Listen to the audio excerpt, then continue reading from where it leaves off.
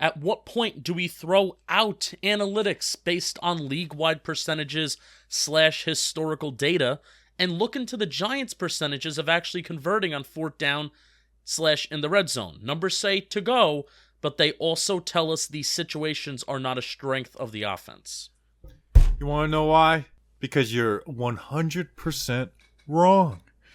Wrong. That is totally wrong. It's not based in reality. And I had this argument with Mr. Carl Banks, where he said, those analytics don't have a heartbeat. You know who does have a heartbeat?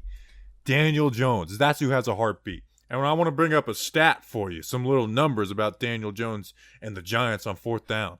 On fourth down in 5 or less in the last 2 seasons, when the ball was put in Daniel Jones' hand, they converted 8 out of 10 of those.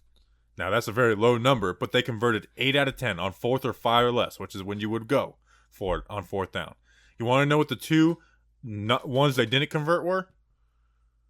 4th and 1 QB sneaks, where it's really not in Daniel Jones' hands. It's in the offensive line hand. So when it's actually like Daniel Jones make a decision to either run or pass, he's 8 for 8.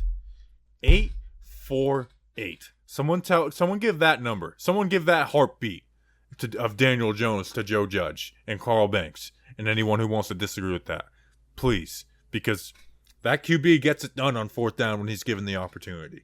And there's others on 4th and 8s and stuff like that. But I kept it to the 4th or 5 or less because those are realistic chances to go for it on fourth down. Yeah, so reversal of roles here. Bobby's going to give you some really good numbers that is, I think that's the answer. That's the rebuttal there. But I'll give you kind of my heartbeat sense of it. Sean, I'm willing to throw the analytics out the window right now.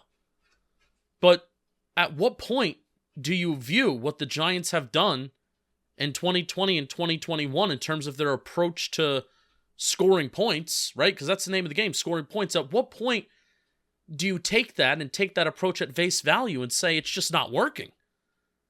What game have they lost that because they went for it on fourth down? Yeah. And what game have they won? I would say besides the New Orleans game.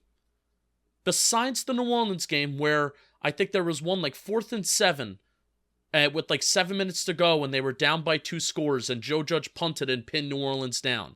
And I think that was a see that works moment. But what was there, and that wasn't even a decision on game day, Bobby. That wasn't even a decision on game day where I'm you're down by 2 scores, 7 minutes to go, and it's a 4th and 7 at midfield. I'm not complaining to go for it. I was. That was one where I wasn't, and I'm the big analytics guy. But neither here nor there. At what point do you take their approach at face value and just say it's not working? It's not leading to wins. It's not leading to scoring points on a consistent basis. So yes, you can still say, these situations, they're not a plus. The Giants are not at a plus strength, right? They're never at a point of strength on the offensive side of the ball. Never. Not one time. So that's why you have to be aggressive. Because like I said earlier, you don't know the next time you're going to be in a situation to possibly put up 7 points if you're the Giants offense.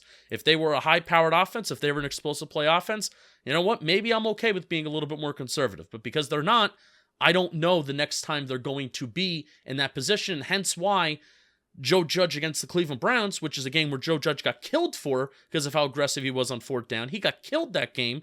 Why were you so aggressive? Why not just take the 3 points? Why not take the 3 points? Think he knew that was the one game of his coaching career where he prioritized scoring 7 over 3 points. And I liked it.